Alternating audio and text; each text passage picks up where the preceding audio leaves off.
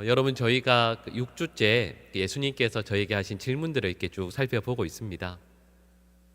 우리 사이에서도 서로 많은 질문들을 하지만 그 질문들 가운데서 어떤 질문은 우리의 마음을 뒤흔들기도 하고 또 우리의 삶에 우리의 영혼에 너무도 큰 영향을 끼치기도 하죠. 예수님께서 저와 여러분들에게 하시는 질문이라고 한다면 그 질문을 통해서 우리의 삶의 방향과 목적이 바뀌는 것이 마땅하지 않겠습니까? 여러분 특별히 오늘 저희가 마주하게 되는 예수님의 이 질문은 실은 한편으로는 참 부담스러운 질문입니다. 부담스러운 정도가 아니고요. 이 질문은 안 받으면 좋겠다라고 하는 질문이기도 하죠. 근데 또 실은 이 질문을 저와 여러분들이 아마도 한 번쯤은 아니면 지금도 받고 있는 질문이 아닐까 합니다. 근데 이 질문에 저와 여러분들이 어떻게 대답하느냐에 따라서 오늘 본문 말씀의 주인공인 사울이 그리고 또 저희들의 삶이 완전히 송두리째 바뀔 수 있음을 우리는 보게 됩니다. 오늘 본문 말씀의 주인공의 이름은 사울입니다. 우리가 잘 알고 있는 사도 바울이죠. 어떤 분들은 저희는 실은 이렇게 들어온 분들도 많으실 거예요. 사울이 변하여 바울이 되었다 이렇게 알고 있는 분들도 많으실 겁니다. 여러분 실은 그렇지 않습니다. 우리 사도행전 13장 9절 말씀 화면에 나옵니다. 우리 같이 한번 읽어보겠습니다. 바울이라고 하는 사울이 성령이 충만하여 그를 주목하고 아멘. 여러분 이 말씀을 보니까 바울이라고 하는 사울 이렇게 나오죠. 무슨 의미겠어요? 이 사람에게 이름이 두 가지가 있는 거예요. 히브리식으로 그러니까 유대인들이 부르는 이름은 사울이고 그 헬라 사람들이 부르는 이름은 바울이라는 거죠. 그러니까 사울이 변하여 바울이 되었다라는 것이 아니라 상황에 따라서 어떤 이들은 이를 사울이라고 부르기도 하고 또 어떤 경우에는 바울이라고 부른다 하는 것이죠. 여러분 그러니까 오늘 본문에서 이 사울이라고 하는 사람은 우리가 너무 잘 알고 있는 바울이라는 사람과 동일한 인물이라는 것을 먼저 말씀드립니다. 근데 성경에서 이 사울이 처음 등장한 본문은 사도행전 7장 58절 말씀입니다. 근데 그 내용을 잠시 설명드리면 이런 것이죠. 초대교회에서 세워진 7분의 집사님, 안수 집사님이 계십니다. 근데 그 가운데에서 스데반 집사님이 유대인들에게 예수님께서 하나님의 아들이시며 우리를 구원하기 위해 이 땅에 오신 유일한 메시아이심을 유대인들에게 설교합니다. 근데 그때 유대인들이 이 설교에 분노하죠. 그리고 스데반 집사님을 돌로 쳐서 죽이게 됩니다. 근데 이 장면을 묘사하는 본문이 사도행전 7장 58절 말씀인데요. 우리 같이 한번 읽어보겠습니다. 성 밖으로 내치고 돌로 칠세 주니라 아멘. 이 말씀을 보면 증인들이 옷을 벗어서 사울 앞에 두었다 이렇게 말씀하고 있죠. 이 내용을 간단히 설명드리면 이 순교 현장에서 실질적으로 깊이 관여한 리더는 누구인가 라고 했을 때 바로 이 사울이라는 것입니다. 더군다나 청년이라고 되어 있죠. 젊은 나이부터 예수님을 믿는 사람들을 죽이는 일에 깊이 관여한 이 모든 일들의 실질적인 책임자였다라는 뜻입니다. 그리고 이뿐만 아니죠. 바로 이어지는 사도행전 8장 3절 말씀을 보면 이 사울이 교회를 잔멸하였다. 각 집에 들어가서 남녀를 끌어내어서 가두었다. 이렇게 말씀하고 있습니다. 그러니까 사울은 교회의 박해자였다라는 것을 말씀하죠. 그리고 이어지는 오늘 본문 말씀을 보면 이 사울이 예루살렘에서 다메섹까지 달려갑니다. 예루살렘에서 다메섹까지의 거리를 보통 220에서 240km 정도로 이야기합니다. 근데 예수 믿는 사람들을 잡아서 이 예루살렘까지 다시 끌어오기 위해 그 먼 길을 출발하는데요. 오늘 본문에는 나오고 있지 않지만 그 시간적인 배경을 같은 내용을 다루고 있는 사도행전 22장 6절 말씀을 보면 이 시간을 정확히 오정쯤으로 이야기합니다. 오정이라는 말은 지금으로 말하면 정확히 낮 12시를 말합니다.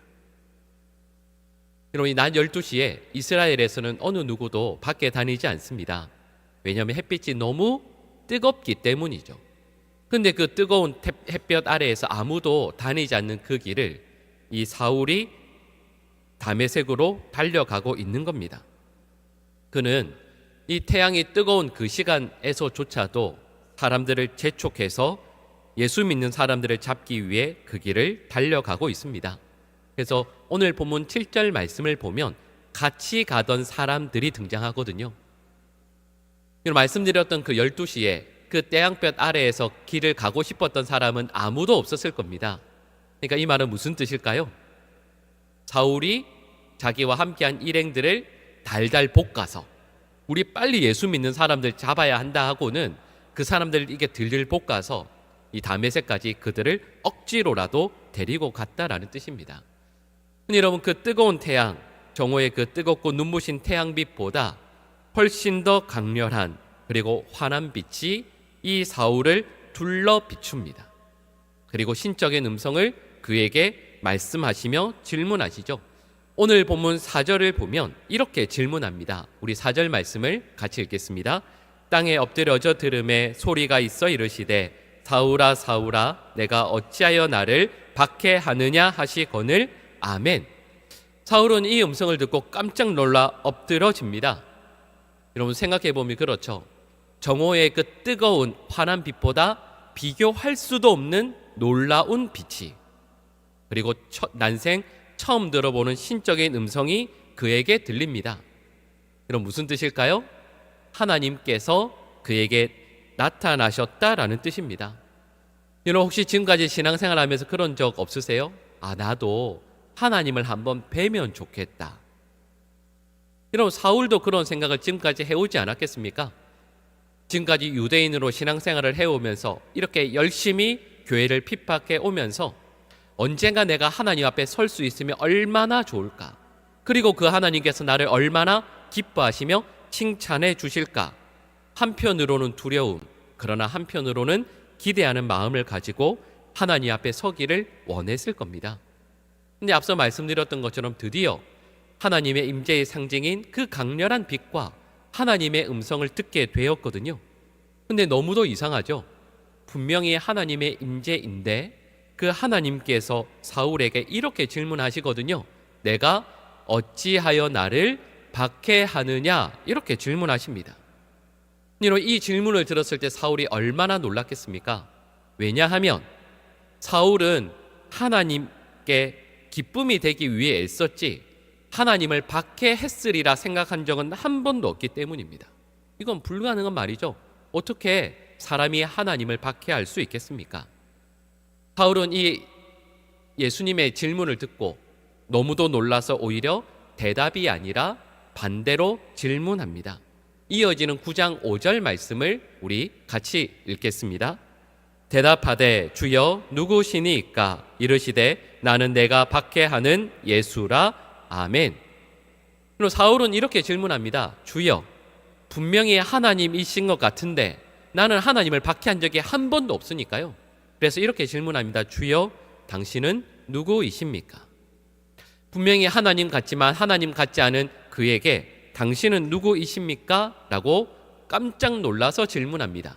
그때 예수님께서 이렇게 대답하시죠. 나는 내가 박해하는 예수이다. 이렇게 대답하십니다. 이 대답을 듣고 사울은 또 놀랐을 겁니다. 왜냐하면 사울은 지금까지 예수님을 만난 적이 한 번도 없기 때문이죠. 예수님을 만난 적이 없으니 예수님을 핍박한 적도 당연히 없습니다. 그는 예수 믿는 사람들을 박해해 왔지만 예수님을 박해한 적은 한 번도 없습니다.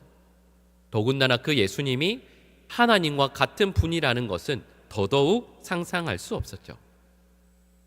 근데 여러분, 제가 방금 말씀드린 예수님의 질문, 그리고 사울의 질문, 예수님의 대답, 이 내용에서 우리가 하나 이끌어낼 수 있는 대답이 있습니다. 신앙적인, 신학적인 명제이죠. 그것은 바로 예수님께서 예수님 자신을 누구와 동일시하십니까? 박해받는 교회, 그리고 박해받는 성도들을 예수님 자신과 동일시하신다라는 것을 깨닫게 됩니다. 우리가 볼 때에는 그저 예수님을 믿는 교회이거나 예수님을 잘 믿고자 하는 성도에 불과하지만 예수님께서는 그 성도가 또 그 교회가 예수님 자신과 동일한 존재라고까지 말씀하시는 거죠. 여러분, 저와 여러분들 모두는 신앙생활을 하는 사람들입니다. 여러분, 그러면 신앙의 본질이 무엇이겠습니까?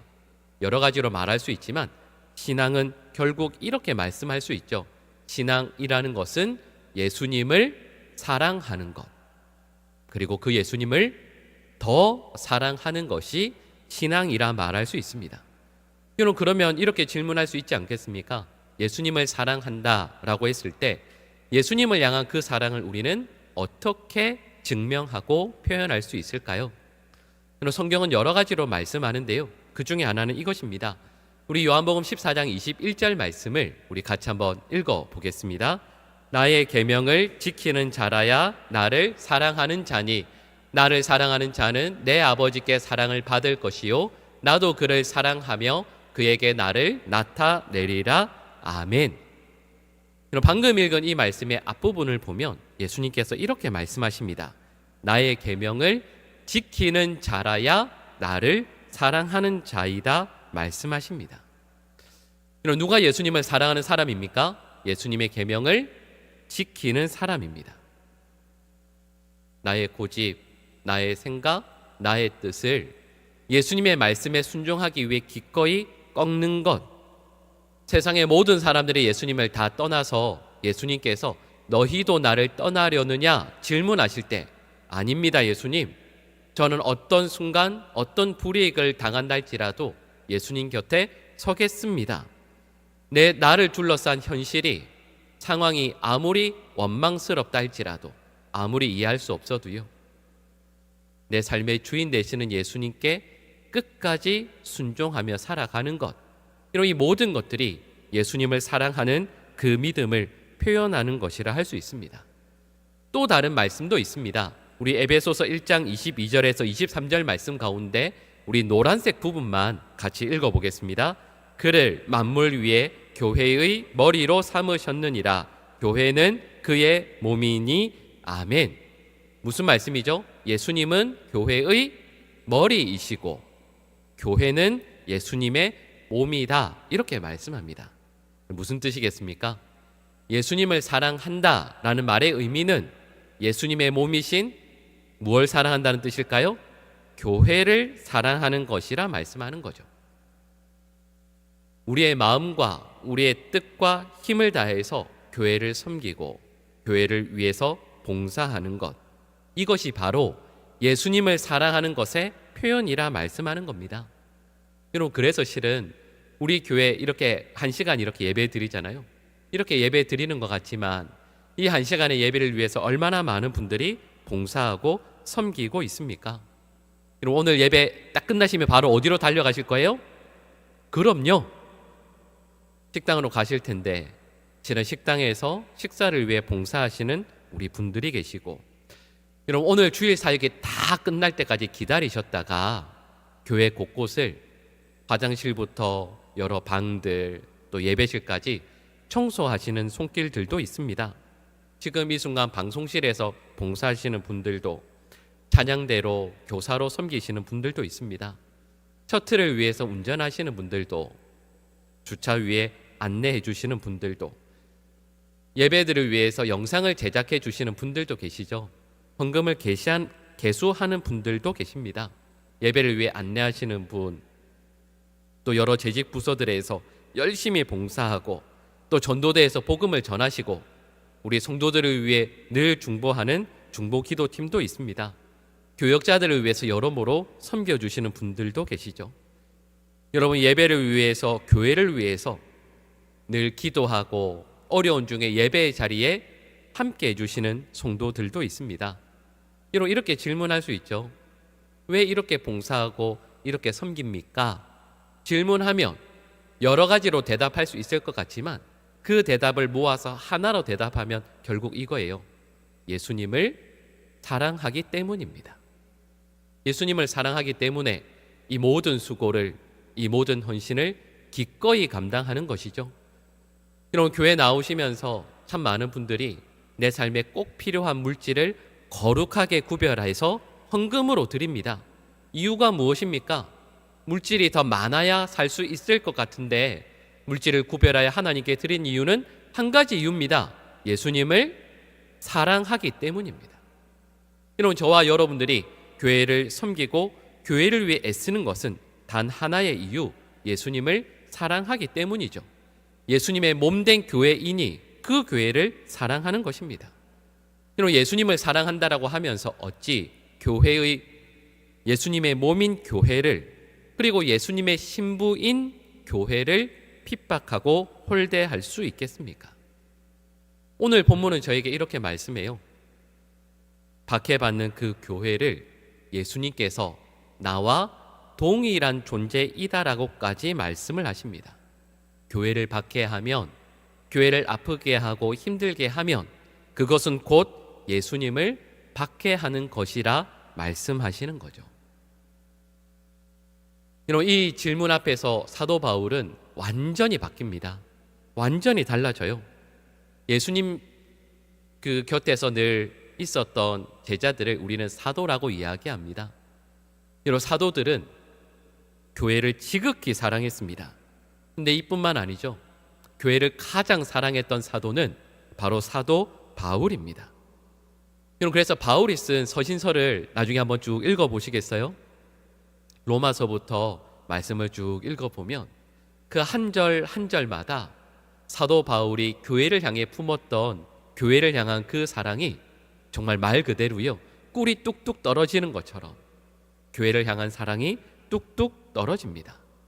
여러 말씀들이 있는데요, 여러분, 우리 화면에 두 절 말씀이 나옵니다. 로마서 1장 9절과 고린도후서 2장 4절 말씀이 나오는데요, 우리 같이 한번 연속해서 읽어보겠습니다.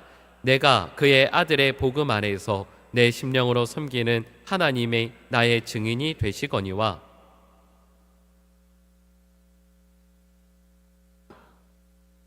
걱정이 있어 많은 눈물로 너희에게 썼노니 이는 너희로 근심하게 하려 한 것이 아니요 오직 내가 너희를 향하여 넘치는 사랑이 있음을 너희로 알게 하려 함이라. 아멘. 여러분, 처음 나오는 말씀이 어디 말씀이죠? 로마서 말씀입니다. 여러분 아시죠?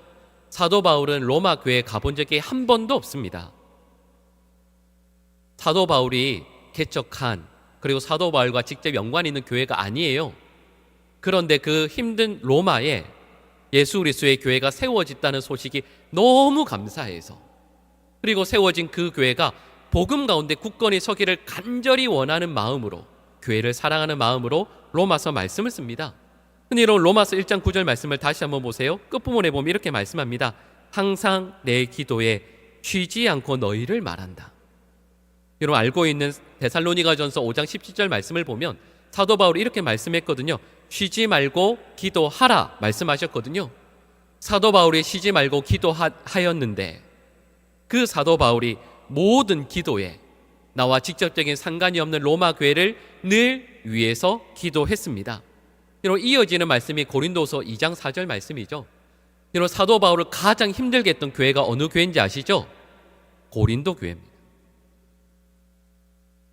사도 바울을 여러모로 너무 마음 아파하게 했던 교회가 고린도 교회거든요.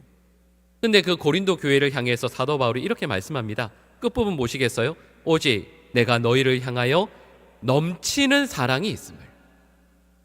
여러분, 사도 바울에 대해서 이야기할 때 사도 바울을 담즙질 남자라고 이야기합니다. 쉽게 얘기하면 찔러도 피 한 방울 안 나올 것 같은 사람이 사도 바울이거든요. 그의 원래 성향이 그렇습니다. 근데 그 사도 바울이 나를 가장 아프게 하고 힘들게 했던 고린도 교회를 위해 사랑을 품되 겨우겨우 채워가는 사랑이 아니라 넘치는 사랑으로 고린도 교회를 위해 기도합니다. 실은 이런 말씀들이 너무 많아요. 사도 바울은 모든 교회를 위해 눈물로 온 사랑을 다해 기도해 왔습니다. 생각해 보시면 사도 바울이 그렇게 매맞고 감옥에 갇히고 죽을 위기를 겪고 바다에 빠지고 모욕을 당하면서까지 교회를 세우고 세워진 교회들이 굳건히 설 수 있도록 늘 애쓰고 헌신했던 이유가 무엇이겠습니까? 교회를 사랑했기 때문입니다. 근데 교회를 왜 그렇게 사랑했습니까? 교회를 사랑하는 것이 곧 예수님을 사랑하는 것임을 너무도 잘 알았기 때문입니다. 어느 특정한 한 교회가 아니라 나의 교회라고 말할 수 있는 그 교회만이 아니라 사도 바울은 모든 교회를 사랑했습니다. 왜냐하면 모든 교회가 예수님의 몸이라 믿었기 때문입니다. 그리고 방금 드린 이 말씀을 우리에게 적용해 볼까요? 이렇게 말씀드릴 수 있습니다. 지금 우리가 알고 있는 교회라고 하는 분이 있죠. 우리가 만나는 누군가가 있습니다. 그분은 현재 교회에 속해 있는 분들이죠. 그리고 이와 함께 우리가 만나는 불특정 다수의 사람들이 있습니다. 그분들이 혹시 예수님을 믿지 않는, 그래서 교회에 속하지 않는 사람이라 할지라도 이렇게 말씀드릴 수 있죠. 그는 장차 교회가 될 수 있는 사람입니다. 그래서요, 예수 믿는 사람들은 사도 바울에게 했던 이 질문을 진정 예수님께서 우리에게 하시는 질문으로 받아들인다면, 정말 예수님의 말씀임을 믿는다면 우리는 우리가 만나는 모든 사람들을 마치 예수님처럼 대해야 합니다. 그러니 교회 안에서든 밖에서든 그 누군가에게라도 그를 우리의 친절, 우리의 예의, 우리의 사랑, 우리의 진실된 마음을 다해서 섬기고 대하셔야 합니다. 이전에 섬기던 교회에서 이제 처음에 부목사로 부임을 하면 목사들 교육을 쭉 합니다. 수습기간처럼 몇 달 교육을 하거든요. 근데 그 중에 하나 들었던 이야기가 있습니다. 저에게는 이제 선배 목사님들이죠. 선배 목사님들 몇 분이서 점심 때 식사를 하러 식당에 가셨어요. 근데 중국집에 갔는데 가서 이렇게 주문을 하는데 메뉴를 준비했는데 아르바이트하는 그 종업원이겠죠. 와서 이제 메뉴를 적어 갔는데 막상 음식을 내어오니까 그 목사님 앞에 메뉴가 잘못 나온 겁니다. 짜장면을 주문했는데 짬뽕이 나온 거죠. 여러분 어떻게 하세요 그때? 근데 이 목사님이 그날따라 짜장면이 너무 드시고 싶었던 거예요. 그래서 종업원에게 이렇게 이야기했습니다. 나 짬뽕 주문한 거 아니고 짜장면 주문했다고, 다시 내오라고. 근데 그 종업원이 너무 곤란해하면서 이렇게 말씀하는 거예요. 아유, 너무 죄송한데 제가 아르바이트 한 지 이제 며칠밖에 안 돼서 잘 못 알아들어서 이렇게 실수했어요. 그냥 드시면 안 될까요? 근데 이분이 그날따라 짜장면이 너무 드시고 싶었어요. 안 된다. 나는 짜장면 오늘 죽어도 먹어야겠다. 내와라. 근데 그 종업원이 그분께 사정을 하시는 거예요. 아, 죄송한데 그냥 드시면 안 될까요? 안 돼. 나 짜장면 먹어야 돼. 근데 그 여자 종업원이었는데 그분이 갑자기 울더니 밖으로 문을 열고 뛰쳐나가면서 목사님 너무해요 하고 뛰어나간 겁니다. 알고 보니까 그 여자분이 그 교회 청년이었거든요. 근데 이제 교회가 크니까 목사님은 다 당연히 모르죠. 근데 목사님 몇 분 안 되니까 그 여자 청년은 목사님을 알았던 겁니다. 그래서 저에게 그걸 말씀해 주시면서 교훈은 뭘까요? 주는 대로 먹어라. 여러분, 이게 단순히 주는 대로 먹어라 이 정도가 아니라 교훈은 이거예요. 어느 식당, 어느 공간, 나는 모르지만 만나는 그분이 하나님의 자녀, 우리 교회의 성도, 예수님의 몸일 수 있다라는 겁니다. 여러분, 식당에 가서 식사하실 때 기도하시죠? 여러분, 기도하셔야 돼요. 여러분, 기도하시죠? 식당에 가서 식사 딱 나오면 기도하시잖아요. 목사가 가면 제가 또 기도할 때가 또 많습니다. 기도하고 나서 종업원한테 손짓해서 지금 이게 뭐냐고 이렇게 하시면 안 되지 않겠습니까? 분명히 기도했는데 누군가에게 불친절하게 예의 없이 하는 것, 그건 예수님께서 그런 저희들에게 바로 이 질문을 하실 거예요.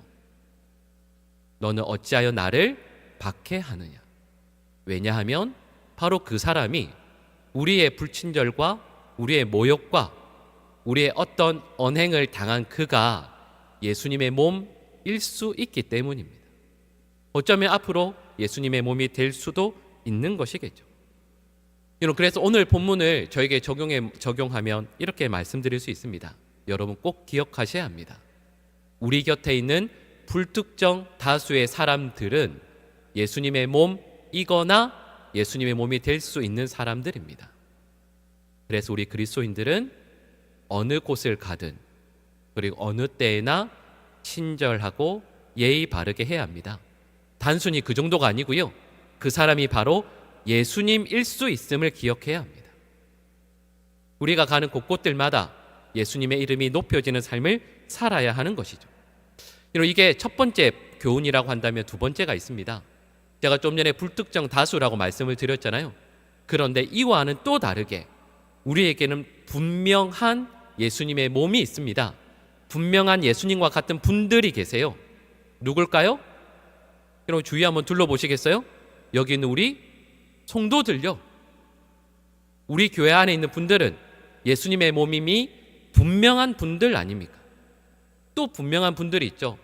바로 우리의 가족들입니다. 여기에 계신 분들 중에 아마 남성분들은 대부분 다 남편들이실 거예요. 남편분들에게 이렇게 말씀드립니다. 여러분께서 여러분의 아내에게 대하시는 그 모습을 예수님께서 보시면서 네가 왜 나를 박해하느냐 물으실 수 있습니다. 예수님, 여러분 내 아내는 나의 집에 있는 나의 아내는 나의 집에 보내어 주신 예수님입니다. 오늘 말씀이 그러하죠. 그래서 아내에게 함부로 말하거나 핀잔을 주거나 언어로 혹은 그 어떤 폭력을 행하는 것은 결코 용납될 수 없습니다. 아내에게 하는 그 행동을 예수님께서 보고 계십니다. 이런 아내들에게 말씀드립니다. 아내들도 마찬가지죠. 나에게 있는 그 남편은 예수님께서 집에 보내어 주신 예수님이기도 합니다. 남자인 네가 그냥 말하는 것 아니냐 하실 수 있겠지만 이렇게 성경에서 말씀하죠. 우리 에베소서 5장 22절 말씀을 우리 같이 한번 읽어보겠습니다. 아내들이여 자기 남편에게 복종하기를 주께 하듯 하라. 아멘. 무슨 말씀입니까? 남편이 아내를 대하는 것도 그러해야 하지만 아내도 남편을 예수님 대하듯 해야 한다라는 뜻입니다. 아내가 남편을, 남편이 아내를, 그리고 자녀가 부모를, 부모가 자녀를 예수님 대하듯 할 때 우리의 가정은 진정 복된 믿음의 가정이 될 것입니다. 이게 교회 안에서도 마찬가지입니다. 여러분 교회 오셔서 예배 드리고 식사하고 돌아가시는 그 과정에서 혹시 누군가에게 예수님 대하듯 하지 못한 경우가 없으십니까? 제가 이전에 섬기던 교회에서 자원봉사부를 맡은 적이 있습니다. 자원봉사부는 여러 큰 일들 중에서 하나가 주차 봉사에 관련된 일이거든요. 근데 어느 교회든 다 그렇지만 주차할 곳은 항상 모자랍니다. 그래서 항상 힘든 곳이죠. 근데 제가 어느 주일 그곳을 이렇게 빙 둘러보고 있는데 한 장면을 목격했습니다. 연세가 조금 있으신 남자 집사님께서 주차 봉사하시는 어느 젊은 집사님께 키를 손에 들더니 훅 던지셨습니다. 집사님이 깜짝 놀라서 받았죠. 그러니까 턱으로 이렇게 턱짓을 하면서 저기에 주차해줘요 하고는 예배당으로 들어가셨습니다. 식당에 갔을 때 발레 주차하는 것처럼 그렇게 하신 거죠. 근데 저는 그 장면이 아직도 잊혀지지가 않습니다. 10년이 지났는데도 아직도 저의 마음에 너무 아프게 남아 있습니다.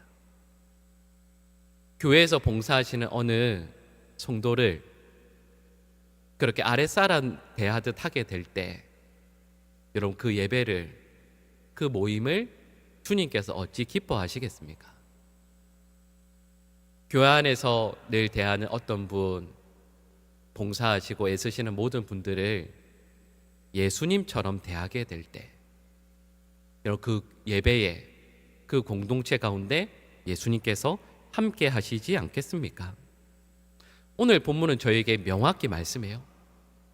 우리 곁에 있는 바로 너무도 친근해서 우리가 함부로 하기 쉬운 어떤 그 누구, 우리가 늘 만나게 되는 교회 공동체 어떤 분, 혹은 교회 밖에서 내가 알지는 못하지만 예수님의 몸인 혹은 예수님의 몸이 될 그 누군가에게 예수님을 대하듯 예수님을 모시듯 사랑하고 섬기지 못하면 저와 여러분들은 반드시 예수님의 이 질문을 받게 될 겁니다. 내가 어찌하여 나를 박해하느냐? 이 질문을 우리는 대하게 될 것입니다. 여러분, 저는 우리 교회 성도들이 예수님의 마음 아픈 질문이 아니라 내가 어찌하여 나를 이리도 사랑하느냐, 그 질문을, 그 칭찬을 꼭 들을 수 있는 하나님의 백성들 될 수 있기를 간절히 축복합니다. 기도하겠습니다. 사랑하는 하나님, 주님을 사랑하노라 늘 이야기하지만 실제로 예수님의 몸인 또 예수님과 같은 존재인 누군가를 대하며 예수님의 어찌하여 나를 박해하느냐라는 이 질문을 삶의 매 순간순간 듣고 있는 저희들 되지 않게 하여 주시옵소서. 항상 어찌 이리도 나를 사랑하느냐라는 그 칭찬, 그 질문, 그 말씀을 꼭 들을 수 있는 우리 모든 보광중앙교회 성도들 되게 하여 주시옵소서. 예수님의 이름으로 기도합니다. 아멘.